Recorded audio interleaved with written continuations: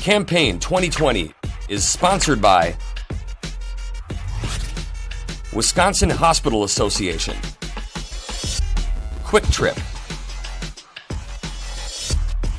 Wisconsin Counties Association, Wisconsin Realtors Association, and Wisconsin Operating Engineers Local 139.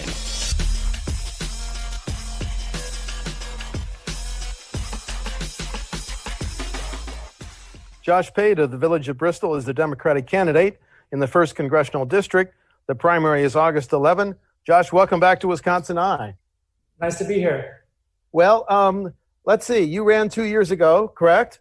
Yep. Right? Lessons learned from 2 years ago that make you a better candidate in 2020? Quite a bit. I got into the race knowing that I was running a base to advocate for certain issues and bring my background and organize around the state. So had a pretty realistic expectation about what that race meant. And it taught me a lot. And in that process, my roots here in southeastern Wisconsin, as well as my background, I interned for both Feingold and Feinstein in federal policy. I realized I was a good candidate for Congress. Okay, understand. From reading the materials on your website, is healthcare your number one issue? If so, what are you ready to push for? What do we need in America? We need everyone to have healthcare. That's what we need. We need to start with the idea that everyone in America should have healthcare guaranteed as a right. And one of the examples that I use is, in the 19th century, not everyone had access to a fire department. You had to have insurance, and you'd have a little label on your house if you belonged to a certain fire unit or not. And it was a mess. And we had fires in cities across America, like the Great Chicago Fire, the Great Fire in Milwaukee. That showed that certain things need to be public goods and need to be a right to everyone, because when we're all in this together, it affects everybody. And that actually is a conservative argument. Heritage Foundation did a paper that inspired the Affordable Care Act, that we need everyone to be participating in the system for it to be a healthy healthcare system. So that's my starting point. And for me, it's personal. When my dad died when we were 14, we lost our health insurance, and then we were on a junk insurance plan. So I know what it's like to sit and not be able to get health care. I remember when we were kids in the doctor's office, and my mom was in tears because we all had strep throat. It was going around, and we just couldn't afford basic antibiotics. And fortunately, there was a family doctor here in Kenosha, Dr. Capelli, and he helped us out. And we had, in that specific instance, had generic drugs, or samples actually. But people live with the uncertainty of what's going to happen if they get sick. And now we have so many people with the uncertainty of having COVID, or if the Supreme Court rules that pre-existing condition protections are overturned or the Affordable Care Act is overturned, they'll have this for the rest of their lives. And we need to refocus our energies on doing that. Now, it's like every Democrat that's running for Congress has or running for president or running for Senate has a different healthcare plan. Yeah. Without getting into the weeds in this interview, my goal are my priorities. So let's have universal healthcare. Let's have a strong role for the government to simplify and have universal coverage. For me, I think the best way to do that is a sort of Medicare for all who want it, which is a little bit stronger than the public option, but not a complete national monopoly on healthcare. There's an old video of an old Aetna CEO saying, let's have a national guarantee of healthcare and work with the market to improve it and get rid of the red tape to make that happen. If you go to a doctor today and you're on Medicare, that doctor is probably going to get paid by a private insurance company on the back end. So we need to be thinking about this what is the best way to simplify the billing process to get universal healthcare. And that's my priority. The second part is preserving choice. Everyone should be able to go to the doctor of their choice, get the treatment of their choice, and be able to choose how they want their health insurance to work. That is the only way we're going to sell a plan that gets universal coverage. And that's the only way it's actually going to work and be innovative and be adaptive to different localities, their economies, their state governments, or local governments, et cetera. And ultimately, having a federal guarantee would save our states billions of dollars over the years. I mean, Medicaid makes states super vulnerable to business cycles, to recessions, in a way that the federal government is not. And it would free up states to be able to lower taxes or invest in roads and education and just be more resilient to respond on the economic front by having the insurance part taken covered. The second part of that is also, the third part I should say, is investing in health. One thing that could be a tremendous advantage from during this pandemic is that we are seeing incredible innovation in telemedicine, and we have an opportunity to bring healthcare directly to areas that are underserved in the provider market just because the economics don't make sense. That means rural healthcare, it means urban healthcare clinics, it means giving people the ability to have telemedicine. We could have a completely modernized healthcare system on the end of this in a way that makes healthcare results better. And we need to be investing in healthcare results. Our statistics are terrible for maternal health, for infant health, for childhood obesity, going down the line, dental health. We spend so much on healthcare just because people don't get healthcare when it's more affordable. And if we invest in making certain that people can get the healthcare when they need it initially, then the system will save money over time. Josh, how has COVID-19 and the pandemic changed the dynamics in the healthcare debate? Do you think it has taken our nation closer to healthcare for all? I think it has. I think it has put it front and center the need for our country to have a national healthcare standard. When we see, not just on the health insurance front, but on the way we're responding to this crisis, on the economic front and the pandemic front, we're falling behind other developed countries. They are moving on. They're moving on the pandemic. Their people have health insurance. And what's going to happen is we're going to emerge from this further behind if we don't put those reforms in place to make us actually stronger on the other side. If we have a prolonged downturn, if we have prolonged people with health problems and health costs that go for years, then other industrial countries are going to be moving on from us, and we are not going to be able to have the kind of robust economic recovery as well as the robust health recovery that's needed. And people I've talked to personally, regardless of political party, are saying, all right, we have to do something about the healthcare industry. Like, can't you guys get it together and get something done? I don't understand. Okay. The COVID relief packages passed by Congress, do we need another package? And if so, who should it target? And what about the debate over the soaring federal debt? Do we need to cast the numbers of the soaring federal debt aside and focus on another COVID relief package from Congress? So addressing the two different parts, we need more economic response. I don't think that doing another complete omnibus style package is politically feasible at this point, or does it necessarily make sense?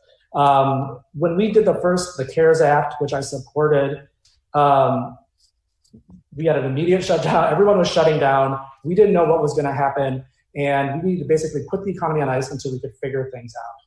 The point that we're at now is we know it works to control the pandemic. There's still a lot we don't know about the pandemic itself, about the virus, about how we're going to come up with a vaccine for that. That's going to take a while, and we don't know how long that's going to be. Therefore, our response should be more targeted for how we fix it, but it should also be at the scale of the problem. So what I see is a kind of a false choice between doing something big and doing something targeted. I think the scale needs to be as big as the problem, but the response needs to be targeted. So the first thing is we're never going to have a true economic recovery until we have a full handle across the country on how we manage the pandemic crisis. Okay. Before I was in politics, I did global operational risk and crisis management.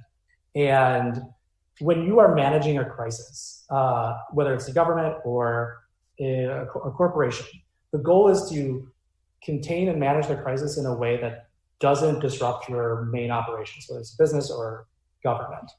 And we're going to live with COVID. It's going to be around for a while.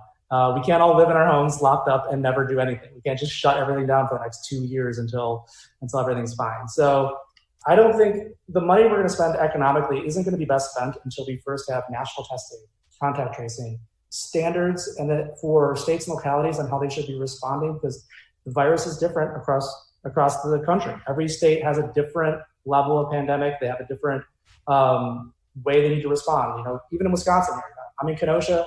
We're very different than Northwestern Wisconsin. Yes. So what we need to do is have a standard, give those municipalities, those businesses, the resources they need to respond, and then hold that. And if we do that and we bring that curve down across the country, then every dollar we spend to recover the economy coming out of this will be more spent. What it looks like, and if you look at the recent economic numbers, is that we went down literally like this, and we're kind of coming up like this. And the problem that we're going to have is if we have a disjointed response to the pandemic, the response is just going to be flatlined. So we lost so much that even if we had one of the greatest economic turnarounds in the history of the country, we could still be in the worst recession that we've had in the history of the country. So that is the reason why the pandemic is so linked to our economic recovery. Senate Majority Leader Mitch McConnell said any new COVID-19 package should include legal immunity for healthcare providers and businesses. Your position on that? So I've always, want to look more into the details when we start talking about broad-based immunities. But a couple of things I think we should be thinking about. I mean, I have family members who work in the healthcare industry, and they're on the front lines of this. My brother-in-law actually volunteered and went to a surge hospital in the Bronx back in April when things were really bad. And he was putting his life on the line to do that. And we need to be standing by those hospitals and those frontline workers who are putting their life on the line to make certain that they're able to do what they need to do. The other thing is we also potentially will be having a lot of healthcare providers who are pushing forward new treatments that are going out to market faster than what they normally would because the FDA is rushing a lot of these things out. That's an enormous amount of risk. And I think we should definitely be looking out for those people. On the business front, if people are abiding by a national standard, then we should be standing by them. I saw a report, and I don't know if this is true, but of some agencies wanting to put marks on businesses that have had employees who contracted COVID or labeling them and putting that on a list. I think that is terrible. That might not be right. That could just be a rumor that was circling around, the Twitterverse of news. Yeah. But one of the things that I learned, I did a tabletop exercise with a retailer in 2015 on a pandemic. And this was not too long after Ebola had happened. So the public perception of the pandemic was a big factor in how we were testing the company. And what we pushed them on is what happens if you have one of your employees or a customer that contracts whatever the pandemic is, yes, and how do you recover from that? And from a government side, what we need to be doing is providing the best standard possible and then standing by those companies that want to be open, that want to be safe, and making certain that happens, because the consequences of not having standards and allowing every business in America to get sued if someone gets COVID would be disastrous. The uncertainty would stunt our economic recovery. So I think it brings up a good point. We need to look at the details of that. Okay. And that's regarding the immunity piece. Okay. The second piece, and I just want to push this out because I've been working on this and it's something I've been advocating, both running for Congress before this happened, and I think the pandemic has also done it. And this is a big piece of the economic recovery. And I think one of the biggest reforms we could do is our unemployment insurance system. I'd like to see us modernize it. Unemployment today in this country is based on an economy that was when factories would go into downtime because of a business cycle, or we had businesses that were seasonal. In today's economy, with this pandemic and just in general, the modern transformation of our information economy, people are losing their jobs, and not only is the business that they worked at gone, but the sector that they work in is gone. So we need to move to more of a re-employment system. How do we give people all of the tools and the flexibilities to quickly move from wherever it is they were working to something better? And I think this is something that Republicans and Democrats can easily come together on, because I've heard from both sides great ideas on how we can improve that. And it would be tremendously empowering. I mean, we have a situation now, we have people getting $600 a week extra for unemployment, and that's going to run out in July. The economy isn't officially recovered, and we want to have the best system to both support people who have been out of work, but also bring them back into work. And we don't want them to either be encouraged to stay at home or go to work and be worse off. So doing things like having back to work bonuses, I think are something that should definitely be a part of any relief package and should definitely be a part of a reform of our employment system. Okay, Americans know a lot more than we did two months ago about how some police officers treat those in their custody. The U.S. House passed a police reform bill. Senator Scott, the only African-American Republican senator, is trying to find one to pass in the Senate. Would you support a police reform bill? Would it say no chokeholds, no knock warrants? If you'd support a bill, what should be in it? I do support it, and Tim Scott came out with a good proposal. I don't agree with all of it, but it's a conversation that's going to bring people together and actually get something done. So this is something I have met so many people who are both backing the badge and Black Lives Matter, and they want to see us reform this. And we have enormous consensus that goes beyond politics. Let's take advantage of that. We should ban chokeholds. In Wisconsin, most localities that I know of have no chokeholds, but we should have a national standard that says no chokeholds. No knock warrants. So no knock warrants exist because of decades ago when police officers would go to a gang house, they would get ambushed. And so they said, okay, well, if knocking on your door is going to mean your entire squad is going to be under a hail of gunfire, then you should have a no knock warrant. That clearly needs to be fixed because of what happened in Louisville. That it doesn't work right. But we can put into place, and we should have a conversation about how can police both be protected from ambush, but also be doing their job properly. Okay. And that should be part of the police reform bill, is reforming no knock warrants. And ultimately, there's a lot of conversation about funding. I have really good friends who work in the police force, like closest family. And I talk to them almost daily, and it's been a hard time, and things that have been happening that they've been trying to call out for years. And what we need to do is putting our resources into the kind of training that's needed rather than, we need to demilitarize the police. Okay. And giving them the resources to go through de-escalation training, to be able to respond to things that are not just keeping the peace, but also dealing with social issues. We are asking so much of our police force. And I think the third piece of that is really focusing on ensuring, and a lot of this is more a local level than the federal level, but ensuring that our police forces come from the communities that they are policing. They look like the communities they are policing. In Minneapolis, 94% of the police force doesn't live in Minneapolis. That makes it very difficult. And, I grew up in a town where I knew a lot of the police officers in the neighborhood by name, but we need to be focusing on the type of neighborhood community policing and then go beyond that and focus on the larger systemic racial inequalities that we have in this country. The Supreme Court recently said that the president may have authority to abolish DACA, but he didn't do it correctly. The president said he'd still like to abolish DACA. What should be the future of those who's uncertain of their future because of the attempt to abolish DACA?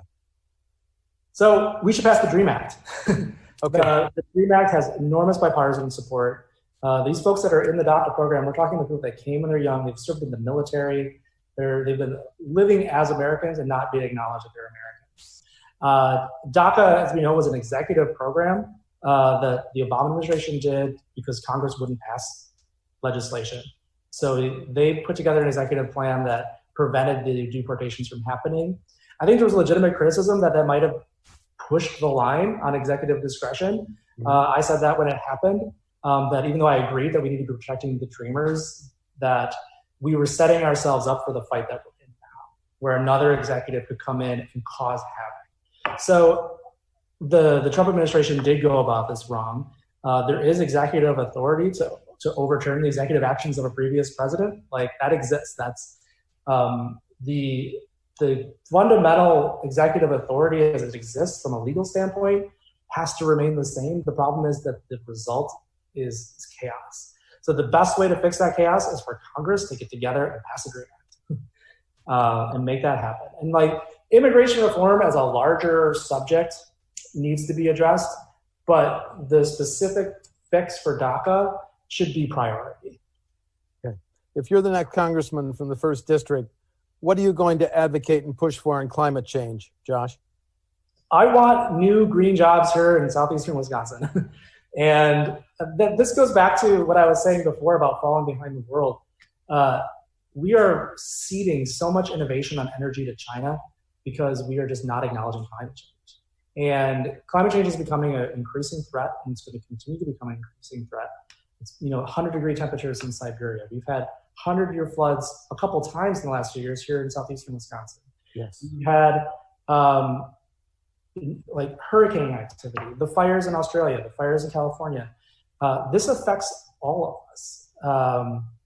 And we need to do something. I mean, I'm in downtown Kenosha right now. The harbor, the Lake Michigan is so high, like down by the marina, the water is up over the sidewalk. We're living with this enduring threat, and the solution makes us a better, more prosperous economy and a cleaner economy with cleaner air and cleaner water. So my goal of any climate package is to bring that innovation, bring that investment here to Wisconsin, here to America, and put forward the kind of larger incentives to push that to happen. Whether that's encouraging electric cars and the infrastructure needed for that, encouraging people to have like green energy. We could reduce global climate emissions by 25% just by going to green energy. And that means new jobs for reinventing the grid. It means building new solar panels, all these things that go into that, and all the innovations that we don't even know can happen. There used to be the mantra of the environmental movement was just, you had a lower temperature on your thermostat, or a dimmer light bulb. I think that talking about climate change is talking about a future that is cleaner, is more prosperous, and that can happen. And we're seeing it happen on smaller scales, and let's see it happen on a larger scale.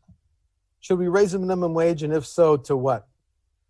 We should raise the minimum wage. I support the raising of the $15 target. The key question that'll be in that is how we get there. Because we have some cities that are already at 15, and some cities that are close to getting there, and states that are close to getting there. And Wisconsin's at $7.25. Now, I've talked to business folks who are personal friends of mine who've said that whenever we've raised the minimum wage, they have personally seen the quality of the employees that they hire goes up, and their productivity goes up, and their employees can actually buy the goods that they're selling when they're working in a location. So we're going to be better off. The best way to do it, though, is to work with the community of business people and workers to say what is both the pace that we get there and what the levels should be. Because we're coming from, if we went from $7.25 today to $15 next year, that would be too disruptive. What we should be doing is setting a realistic path that will empower people and raise their wages while allowing businesses to adjust to the new rates in a proper way. And then once we get there, let's have some sort of cost of living index to the minimum wage so that every couple of years it automatically adjusts, and we don't get to a point where we're so far behind where you have a $7.25 minimum wage adjusted for inflation that's really low by historical standards. Okay, last question. Differences between you and the other candidates in the August 11 primary. Why are you most qualified? So me as a candidate, I am running against the established DC interest class, primary in general. This district is an independent district. Last poll I saw, we had 39% declared independence.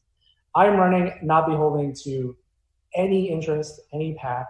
I'm running against folks who are part of the revolving door of Washington, work with lobbying firms who are supported by either PACs or by corporate lobbyists that represent all the interests that we're trying to put big reforms in, having a real conversation about issues, whether it's pharma, it's in drugs, or it's Wall Street and the economy. The people that I talk to want a representative that's going to say, all right, what's the evidence? How do we get there? And how do we do it? And that's what I've done my whole life. As a businessman, as an advocate, that's what I'll continue to do, hopefully as a congressman, even as not, as someone who just loves my community. And that's a contrast that I have against any kind of entrenched DC politician, because that's what we need right now in this moment. I'm not running to be a, check the box put me like where I need to be, and I'm going to do my thing, and then go through that revolving door or whatever it is. I'm running because I want to actually get something done, and I have the background both in policy and experience to get it done.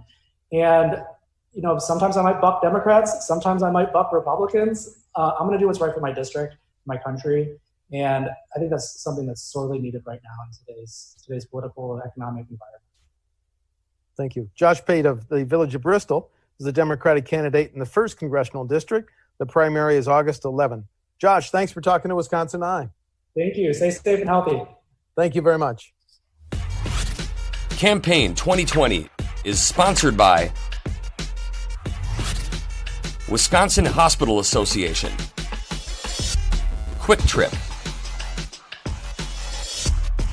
Wisconsin Counties Association, Wisconsin Realtors Association, and Wisconsin Operating Engineers Local 139.